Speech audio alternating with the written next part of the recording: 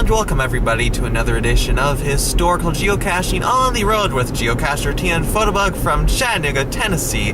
Today is really exciting because my dad and my grandpa and I, we're heading out to eastern Chattanooga near a road called Bonny Oaks to find some really cool Confederate Army Civil War historical spots. There sounds to be like a remnants of an old fort and a cemetery, and we might even find a few geocaches. So I'm really excited about that. Come along with us as we do some Civil War historical geocaching. And check this out, folks. We are now here at the Silverdale Confederate Cemetery. I'm really excited to show you it. And guess what, folks? We are geocaching in the snow. There's some snow flurries right here, and still not bad. It's pretty comfortable with a coat on, but here you go is the Silverdale Confederate Cemetery. 1862. I believe it was General Bragg. He led a campaign up to Kentucky, I believe it was. I'll have to double check on these facts. And anyway, lots of men died, but there was a hospital here in the eastern part of Chattanooga called Tyner, and the men who died in the hospital, they were buried here in this cemetery, marked with wooden markers, but the wooden markers have since been rotted away, and so we don't know who exactly was buried here, but we do know it was 155 Confederate soldiers. So really neat entrance here. Let's go on inside.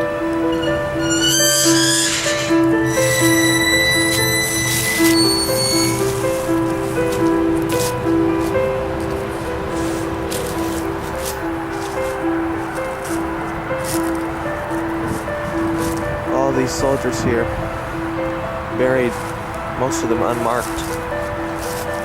Here's one marker. It says, in this plot are buried 155 Confederate soldiers who died in hospitals near this spot in 1862.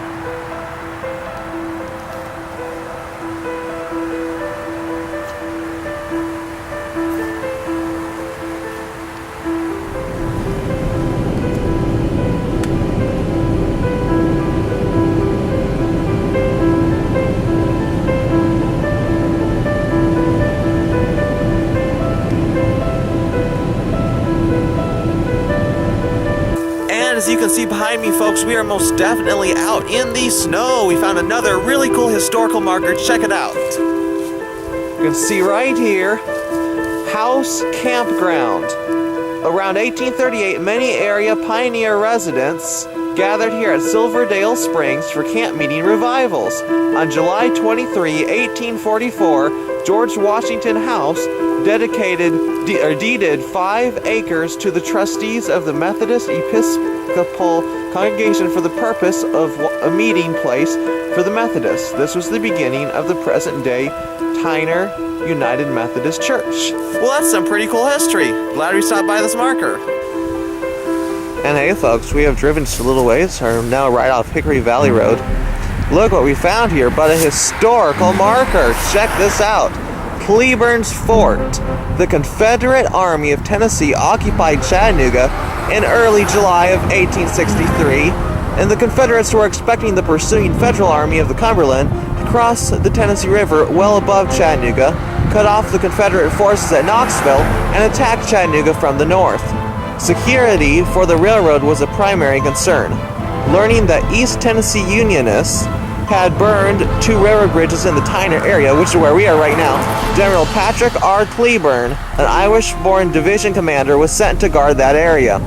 To protect the railroads at Tyner and defend the approaches to Chattanooga, Cleburne immediately began constructing 4 large earthwork redoubts or forts in and near Tyner Station. With walls 12 feet high and 200 to 300 feet in diameter, the forest had embrasures for cannon and openings for rifles, and the works were surrounded by rifle pits.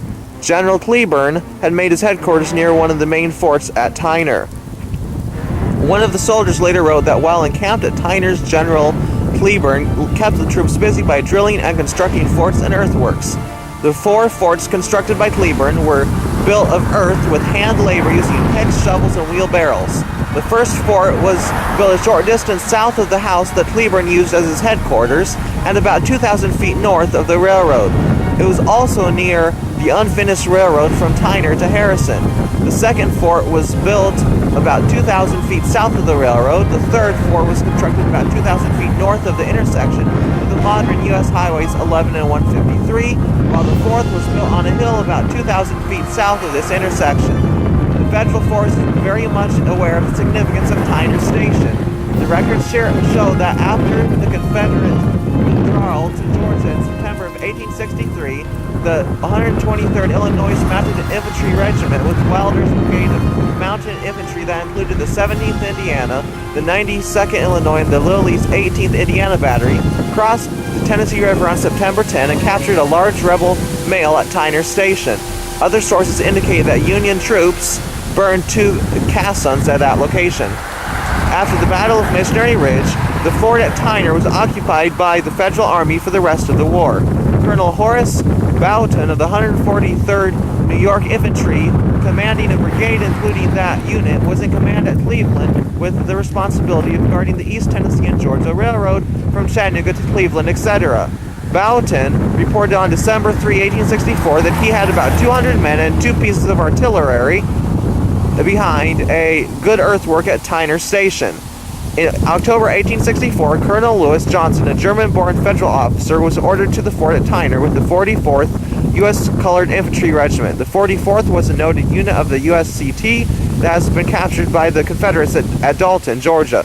While at Tyner, Colonel Johnson reorganized the regiment and got it up to strength through recruitment. Well, that's some pretty cool history. I am absolutely freezing. I'm going to put my hand in my coat and I'm going to go search for a geocache that's supposed to be right here. Hopefully I'll find it. Okay, folks. My dad was very nice. Came to help me search for it. Looked all over here. Actually, it's not too far from the road. Pretty easy find. We came down here and with not too much hard work, we found the cache. Official geocache. So yay, got to drop off some trackables. Sign my name, and yay, another cache find. Yippee! And we're gonna terminate our trip a little early, folks. It has been getting colder by the second, and it's been snowing harder by the second. And being out when it's snowing hard and getting cold very fast is not really advantageous or good to our health. So we're going to conclude it a little early, but still had a lot of fun. We got to see the Silverdale Confederate Cemetery, the George Washington House marker, as well as the Cleburne's Fort marker. I've wanted to go to that marker for ages and ages. I'm really glad I had a chance to go read that marker, film it for you guys, share it with you guys, and also find that very nice geocache by T.M. Turk. Really great Chattanooga cultural area geocacher. So really glad I was able to find that cache, an awesome historical location. That's definitely historical geocaching. So thank you so much for coming along with us, my dad and my grandpa and I, on our historical geocaching in the snow adventure. It was cold, but it was a lot of fun. Be sure to check out more of my videos at youtube.com/tnphotobug. And until next time, this is Geocacher TN Photobug signing out. I am most definitely having a blast with the past.